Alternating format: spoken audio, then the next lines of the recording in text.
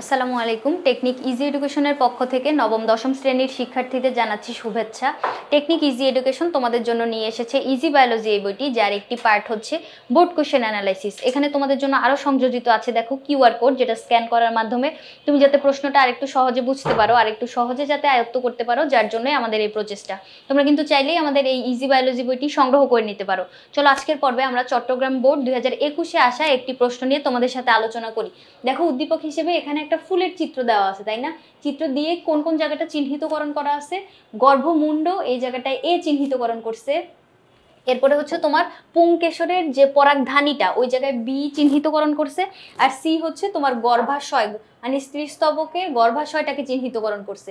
তাহলে দেখো, এ আর সি হচ্ছে স্ত্রীস্তবকের দুইটা অংশ, গর্ভমুণ্ড আর গর্ভাশয়, এই দুইটা চিহ্নিতকরণ করার পরে পুংস্তবকের পরাগধানীটা চিহ্নিতকরণ করছে। এরপরে উদ্দীপকটা বুঝতে পারার পরে দেখো ক খ গ ঘ চারটা প্রশ্ন কি দেওয়া আছে, যে স্বপরাগায়ন কি। খ নম্বরে বলছে ভ্রূণের কোন অঙ্গাণুটি বৃক্কের মতো কাজ করে, ব্যাখ্যা করো। দেখো গ নম্বরে তারপরে কি বলছে, এ ও বি ফুলের অত্যাবশ্যকীয় স্তবক। এ আর বি আমাদের কি ছিল? স্ত্রীস্তবক আর পুংস্তবক, যেটা এই দুইটা স্তবককে অত্যাবশ্যকীয় স্তবক কেন বলা হয়? মেইনলি পরাগায়নে বা উদ্ভিদের বংশবৃদ্ধির জন্য এই দুইটা স্তবক হচ্ছে অত্যাবশ্যকীয়। এরপর ঘ নম্বরে আমাদের কি বলছে দেখো, এ বি ও সি এর সমন্বিত কার্যক্রম নতুন উদ্ভিদের সৃষ্টিতে সহায়তা করে। তার মানে এই যে এ এখানে উদ্ভিদের যে ফুলের যে গর্ভমুণ্ড, তারপরে বি হচ্ছে তোমার পরাগধানী, আর সি হচ্ছে গর্ভাশয়, এই তিনটার সমন্বিত কার্যক্রমের মাধ্যমে পরবর্তীতে আমরা নতুন একটা উদ্ভিদ সৃষ্টি করতে পারি। এখন উদ্দীপকটা বুঝতে পারার পরে চলো আমরা যদি এখন উত্তরে যাই। স্বপরাগায়ন কি জিনিস? স্ব বলতে তোমরা নিজ, আমরা নিজ বুঝি, তাই না? তাহলে পরাগায়ন, যে পরাগায়ন পদ্ধতিটা হচ্ছে নিজেদের ভিতর হবে। কিরকম? একই ফুলে অথবা একই উদ্ভিদের ভিন্ন দুইটা ফুলের ভিতর যখন পরাগায়ন সম্পন্ন হবে তখন ওটাকে হচ্ছে আমরা স্বপরাগায়ন বলবো। এখন পরাগায়ন জিনিসটা কি? পরাগায়ন হচ্ছে তোমার পুংগ্যামেট বা পরাগরেণু যখন কোনো ফুলের গর্ভমুণ্ডে পতিত হয় তখন ওইটাকে হচ্ছে আমরা পরাগায়ন বলবো। পরাগরেণু গর্ভমুণ্ডে যখন পতিত হবে ওই ঘটনাটাই হচ্ছে পরাগায়ন। এখন গর্ভমুণ্ডে তো পতিত হবে, যে কোনো ফুলের গর্ভমুণ্ডে পতিত হইতে পারে, কিন্তু ঘটনাটা যখন এরকম হবে যে একই ফুলে অথবা একই গাছের ভিন্ন দুইটা ফুলে তখন হবে স্বপরাগায়ন। এরপরে আমাদেরকে কি বলছে, কোন অঙ্গটা হচ্ছে রেচনের মতো কাজ করে, তাই না? ভ্রূণের কোন অঙ্গাণুটি হচ্ছে বৃক্কের মতো কাজ করে। এখন আমরা জানি অমরা হচ্ছে বৃক্কের মতো কাজ করে। কিভাবে? অমরা হচ্ছে এরকম একটা অঙ্গ যেটার মাধ্যমে মাতৃজরায়ুতে ক্রমবর্ধমান ভ্রূণ এবং মাতৃজরায়ুর টিস্যুগুলোর ভিতরে সম্পর্ক স্থাপিত হয়। এখন অমরা আরো কি কি কাজ করে? ভ্রূণ দেহে যখন কোনো নাইট্রোজেন ঘটিত বর্জ্য পদার্থ উৎপন্ন হবে, ওই নাইট্রোজেন ঘটিত বর্জ্য পদার্থ এখন ভ্রূণ তো নিজে নিজে ওইটা নিষ্কাশন করতে পারবে না, কারণ ওর দেহে এখনো কোনো বৃক্ক তৈরি হয়নি, যার কারণে ওই যে বর্জ্য পদার্থগুলা এগুলা হচ্ছে তোমার ওই মাতৃদেহে অমরার মাধ্যমে যাবে। অমরার মাধ্যমে যখন যাবে ওইটা দিয়ে হচ্ছে তোমার মাতৃদেহ থেকে যখন বর্জ্য পদার্থটা নিষ্কাশন হয়ে যাবে তখন ভ্রূণের বর্জ্যটাও ওই একই সাথে নিষ্কাশন হয়ে যাবে। তাহলে দেখো, অমরা মূলত ভ্রূণ থেকে মাতৃদেহে বর্জ্য পদার্থ পরিবহনে ভূমিকা রাখে, তাই অমরাকে বৃক্কের সাথে তুলনা করা হয়। দেখো, মানবদেহের প্রধান রেচন অঙ্গ হচ্ছে বৃক্ক। ভ্রূণের অমরা অঙ্গটি বৃক্কের মতো কাজ করে। বৃক্ক যেমন মানবদেহ থেকে নাইট্রোজেন ঘটিত বর্জ্য পদার্থ বের করে দেয়, তেমনি গর্ভাবস্থায় ভ্রূণের বিপাকের ফলে যে বর্জ্য পদার্থগুলো উৎপন্ন হয় ওগুলা অমরার মাধ্যমে মানে ভ্রূণ দেহ থেকে নিষ্কাশিত হয়ে যায়।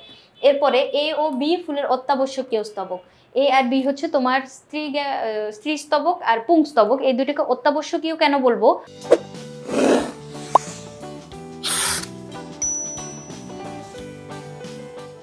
কোনো একটা উদ্ভিদ যদি নিজের অনুরূপ আরেকটা উদ্ভিদ সৃষ্টি করতে চায়, অর্থাৎ বংশবৃদ্ধি যখন করতে চায়, তখন হচ্ছে তোমার দেখো এই পুংস্তবক আর স্ত্রীস্তবকের ভিতরে পুংগ্যামেট আর স্ত্রী গ্যামেট তৈরি হবে।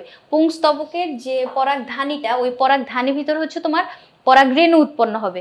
ওই পরাগরেণুটা পরবর্তীতে ওখান থেকে হচ্ছে পুংগ্যামেট তৈরি হবে। এখন ওখান থেকে আমরা দুইটা পুংগ্যামেট পাবো। এরপরে গর্ভাশয়ের ভিতরে হচ্ছে তোমার ডিম্বাণু উৎপন্ন হবে, অর্থাৎ স্ত্রী গ্যামেট। পুংগ্যামেট আর স্ত্রী গ্যামেটের মিলনের মাধ্যমে, মানে মিলনের প্রক্রিয়াটা হচ্ছে নিষেক। নিষেকের মাধ্যমে তোমার পরবর্তীতে ফল তৈরি হবে, ফলের ভিতরে বীজ তৈরি হবে, যে বীজ থেকে আমরা অন্য একটা পূর্ণাঙ্গ উদ্ভিদ পাইতে পারবো। কি জন্য? আমরা যখন গাছ লাগাই তখন আমরা কি বলি, মাটিতে সিডসটা বপন করি না আমরা? তার মানে ওই বীজটা মাটিতে বপন করা লাগবে, তারপরে একটু পরিচর্যা করলে তুমি ওখান থেকে নতুন একটা পূর্ণাঙ্গ উদ্ভিদ পাইতে পারবা। এখন তাহলে দেখো, অত্যাবশ্যকীয় বলতে হচ্ছে মানে এটা প্রজননের জন্য অত্যাবশ্যকীয়, অর্থাৎ উদ্ভিদের যে পরাগায়নের জন্য অত্যাবশ্যকীয়। উদ্ভিদ যে বংশবৃদ্ধি করবে তার জন্য এই দুইটা গ্যামেট যদি মানে এই দুইটা স্তবক যদি না থাকতো তুমি গ্যামেট দুইটা কখনো পাইতা? গ্যামেট যদি কখনো না পাইতা নিষেক কখনো সম্পন্ন হইতো? নিষেক যদি সম্পন্ন না হইতো নতুন স্পোরোফাইট কখনো গঠন হইতো? নতুন স্পোরোফাইটের পরবর্তীতে কি কখনো যে ফল উৎপন্ন হইতো? ফল যদি উৎপন্ন না হয়ে অঙ্কুরোদ্গম যদি না ঘটতো তারপরে তো তুমি বীজটাও পাইতা না। বীজ না পাইলে কখনো নতুন একটা উদ্ভিদ সৃষ্টি করতে পারতা? কিছুই পারতা না যদি না এই দুইটা অত্যাবশ্যকীয় স্তবক থাকতো। এখন এ, বি আর সি এর সমন্বিত কার্যক্রম নতুন উদ্ভিদ সৃষ্টিতে, এই যে আমি একটু আগে যে বর্ণনাগুলো বললাম ওগুলাই হচ্ছে এখানেও তুমি লিখবা। এ কি জিনিস? গর্ভমুণ্ড। এখন গর্ভমুণ্ড যদি না থাকতো তাহলে হচ্ছে পরাগরেণু কোথায় পতিত হইতো? পরাগরেণু গর্ভমুণ্ডে পতিত হইলে না আমরা ওইটাকে পরাগায়ন বলি। এখন দেখো গর্ভমুণ্ডটা হচ্ছে অনেক গুরুত্বপূর্ণ ভূমিকা পালন করে এভাবে যে মনে করো বায়ু পরাগী ফুল যদি হইতো, বায়ু পরাগী ফুলের অর্থাৎ যাদের পরাগায়নের মাধ্যম হচ্ছে বায়ু, এখন মনে করো পরাগরেণু বাতাসে উঠতেছে, উঠতে উঠতে গর্ভমুণ্ডটা কি করবে? ওই পরাগরেণুটাকে স্টাক করে নিবে। কিভাবে? ওই গর্ভমুণ্ডটা মানে বায়ু পরাগীর যে গর্ভমুণ্ডটা ওইটা হচ্ছে পালকের মতো হয়, আঠালো হয়, যার কারণে ভাসতে থাকা পরাগরেণু ওই পালকের সাথে আটকে যায়, তারপরে যে আঠালো থাকে আঠার সাথে আটকে যায়। এরপরে যে অন্যান্য যে মানে মাধ্যমগুলা মানে বায়ু মাধ্যম, তারপর পানি মাধ্যম আছে, এরপরে প্রাণী মাধ্যম আছে, পতঙ্গ মাধ্যম আছে, সবগুলো মাধ্যমে কি হয়? ওই পরাগরেণুটা যে কোনো ভাবে এসে হচ্ছে তোমার গর্ভমুণ্ডে এসে পতিত হয়। তাহলে গর্ভমুণ্ডটা অবশ্যই দরকারি, এখানের উপরে তোমার পরাগরেণুগুলো এসে পড়বে। এখন অনেকগুলো পরাগরেণু মনে করে এসে পড়লো, অনেকগুলা বা একটা দুইটা যতগুলোই হোক, ওখান থেকে তোমার এই গর্ভদণ্ড ভেদ করে তোমার গর্ভাশয় পর্যন্ত আসবে। তাহলে দেখো গর্ভমুণ্ডটা গুরুত্বপূর্ণ ভূমিকা পালন করলো। এরপরে এ যে জিনিসটা, এ তো হচ্ছে তোমার গর্ভমুণ্ড, তবে বি যে জিনিসটা, বি হচ্ছে তোমার পরাগধানী, যেখানে ভিতর পরাগরেণু উৎপন্ন হয়। এই যে গ নাম্বারে যে এত কথা বললাম যে পরাগরেণু না থাকলে তো কিছুই হইতো না, তার মানে তুমি বুঝতে পারতেছো বি জায়গাটা ইম্পর্টেন্ট। এরপরে সি হচ্ছে গর্ভাশয়, এটা তো আরো ইম্পর্টেন্ট। কি জন্য? এখানে ভিতরে যদি তোমার ডিম্বাণু তৈরি না হইতো, তুমি এখানে 100টা পরাগরেণু এসে পতিত করো, 100 বার পরাগায়ন সম্পন্ন করো, যেখানে হচ্ছে গর্ভদণ্ড ভেদ করে এখানে ভিতর মানে এখানে যে ভ্রূণথলিটা থাকবে ওইখানে ভিতর ডিম্বাণু উৎপন্ন হবে। এখন ডিম্বাণু যদি না থাকে মানে এই যে সি অংশটা যদি না থাকে তাহলে কি হইতো?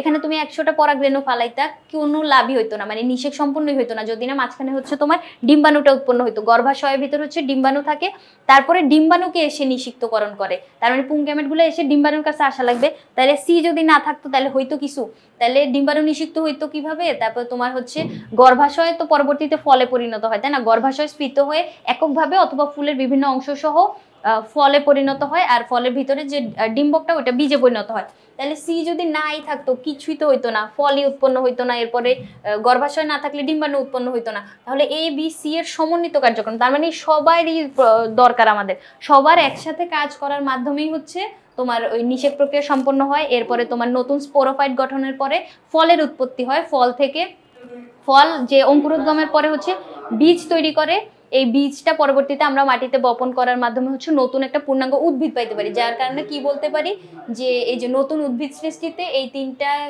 যে গুরুত্ব অপরিসীম। এখন তুমি এটা লিখবা কিভাবে? এটা যে তিনটা এখানে যে ইয়াগুলো আছে ওই তিনটা হচ্ছে তোমার প্যারা আকারে লেখা লাগবে। এখানে দেখো এই তিনটা হচ্ছে তিনটা প্যারা করে লেখা লাগবে। কিভাবে? এ দিয়ে হচ্ছে তুমি গর্ভমুণ্ডের মানে একটা প্যারাতে গর্ভমুণ্ডের কিছু কথা বলবা, এরপরে বি দিয়ে হচ্ছে তোমার পরাগধানীর কয়টা কথা বলবা মানে ওইটা কেন ইম্পর্টেন্ট, এরপরে সি দিয়ে হচ্ছে তুমি এই যে গর্ভাশয়ের কয়টা কথা বলবা। এখন এভাবে তিনটা প্যারা করে লিখবা আর ফিনিশিংয়ে হচ্ছে ওদের মানে ইম্পর্টেন্সটা বলে দিবা। এভাবে প্যারা আকারে যদি লিখতে পারো, এরপরে বাকি যে পূর্বেরগুলোও যেমন বললাম ওগুলো হচ্ছে তুমি এভাবে যদি মানে প্রত্যেকটা স্তবক একটা প্যারাতে ওই স্তবকে বর্ণনা দিবা, পরের স্তবকে ওই স্তবকে বর্ণনা দিবা।